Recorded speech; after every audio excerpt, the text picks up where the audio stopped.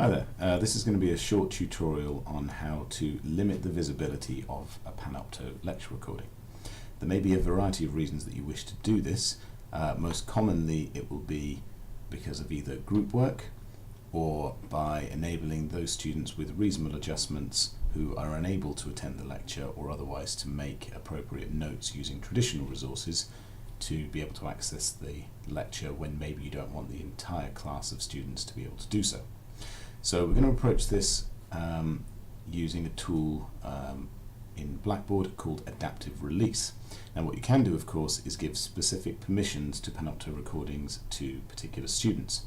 However, this means that every time you reuse the video, you need to modify those permissions. So what I'm going to show you here is a way of creating a group and populating it with specific students, and then making the Panopto lecture capture that you want those students to see visible only to those students rather than all users of the Blackboard module that you're hosting it in. So we're going to start as if we have already done the lecture, and here I've got a Blackboard module open, and I'm going to go into the area that I would have all my lecture materials, so the PowerPoints, any additional information, and what I'm going to do here is create a link to one of the Panopto videos, and then create a group in order to use Adaptive Release to make it visible only to that group. So we go to Tools and down to the bottom of the Tools menu to Panopto Video Link.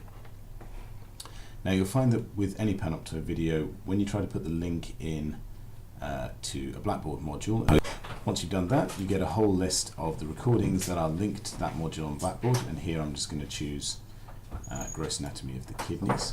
Give it a title, and though I'm not going to do it here, it's always useful to give a description for accessibility purposes. So once we click Submit, it informs us that it has created the link. We click OK, and it takes us back in. Now you may well have done this before, and you can see at the bottom here we now have a link to Gross Anatomy of the Kidneys that when clicked on would open up the Panopto lecture recording. Now what I'm going to do here is create a group, and then I'm going to come back to this area and create an adaptive release criteria that is tied to that particular group. So we go over to Course Management and your normal control panel, click on Users and Groups, and then Groups, and once you're in there I have a whole list of groups that I have available, but I'm going to create a new one, and what you want to do is manual enroll. So we do manual enroll, and we will give it a title of Lecture Capture Group, Reasonable Adjustments. Now there's no need to give it a description or to do anything with the tool availability, because this group is not going to be available to the students for them to see. They will be in it, but they won't be able to do anything with it, nor will they be required to do anything with it. So in Group Visible to Students, click on No, and scroll down towards the bottom and you see this area Membership. Click on Add Users and maximize the window that pops up. The reason for this is so that you can actually see the Submit button at the moment. Click on Last Name at the top, and that will alphabetize the last name of all the students. Now you'll see that here I've got page 1 of 2. So in order to populate it, I would need to tick students and then go to the next page and then tick more students. It's far easier to be able to scroll through the entire list of students in your list. So scroll to the bottom, click Show All, and now we have all 44 students listed in the same thing.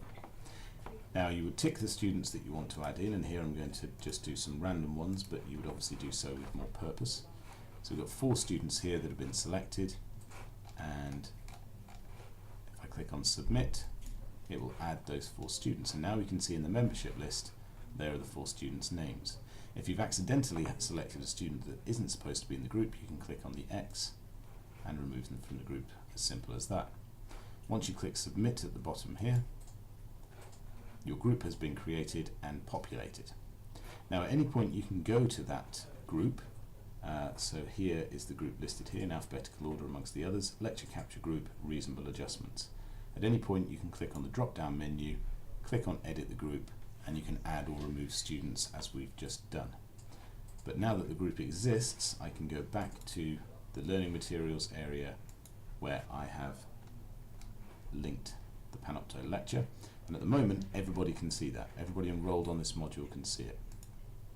Click on the drop down menu, choose adaptive release, and there are various criteria that you can employ, and you can use adaptive release for a whole range of functions within Blackboard, but what we're going to focus on, of course, is membership.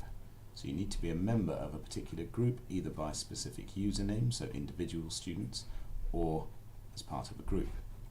So at the list of available groups, scroll to Lecture Capture Group Reasonable Adjustments, move it over to Selected Items, and then simply click on Submit. And now it says Enabled Adaptive Release.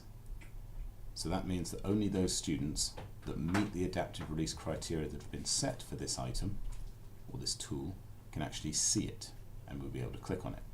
Now, because I have not added myself as a preview student to that group, if we click on Enter Student Preview, and so view Blackboard in the way that any student would, go to the Learning Materials area, and now we see that I cannot, as a preview student, see that Panopto lecture capture, which means I can't click on it and I don't know that it's there.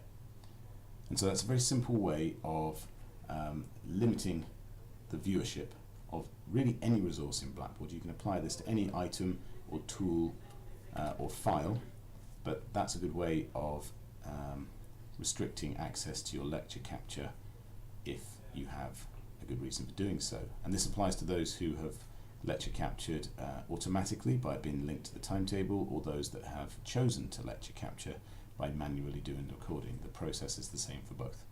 I hope you found that useful, and thanks very much.